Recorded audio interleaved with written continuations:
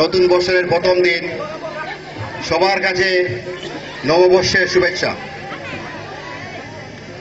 আমি অত্যন্ত দুঃখিত, আসার কথা ছিল অনেক আগেই, কিন্তু ব্যস্ততার কারণে আপনারা জানেন দিনাই দুইটি অনুষ্ঠান এবং ওনাদের দাবি ছিল আমরা ওনাদের অনুষ্ঠানে উপস্থিতি হওয়া, তাই ওনাদের কথা রক্ষা করতে গিয়ে আমাদের দেরি হয়ে গেছে।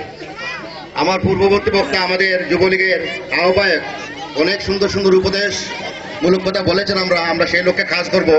আমি শুধু আজকে একটি কথা আপনাদেরকে বলতে চাই, আমরা বাঙালি জাতি, আমরা ভালোবাসতে জানি, আমরা ভালোবাসা শিখেছি।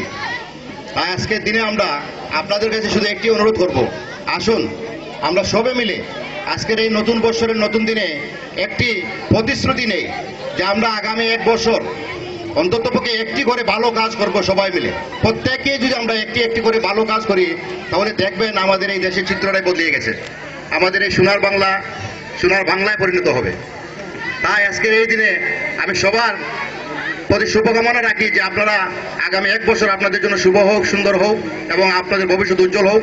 আপনারা বিশেষ করে আমার এই ছোট ছোট মা, আমার বোনেরা এবং ভাইয়েরা, আপনারা লেখাপড়ার প্রতি লক্ষ্য রাখবেন। আপনারা জানেন বর্তমান বিশ্বে শিক্ষার প্রতিযোগিতা, শিক্ষার কোনো বিকল্প নাই। আমাদের এই দেশকে এগিয়ে নিয়ে যেতে হলে আমাদের ভালো সুশিক্ষা শিক্ষিত হতে হবে এবং আমাদেরকে এই বিশ্বের দরবারে আমাদের বাংলাদেশকে পরিচিত করে দিতে হবে এবং আমাদের দেশকে আরো এগিয়ে নিয়ে যেতে হবে। সবাইকে আবার নতুন বছরের শুভেচ্ছা। ভালো থাকুন এবং আপনাদের পাশে যেন বারবার আসতে পারি, থাকতে পারি, আমার জন্য এই দোয়াটুকু করবেন। সবাইকে আদাব এবং সালাম।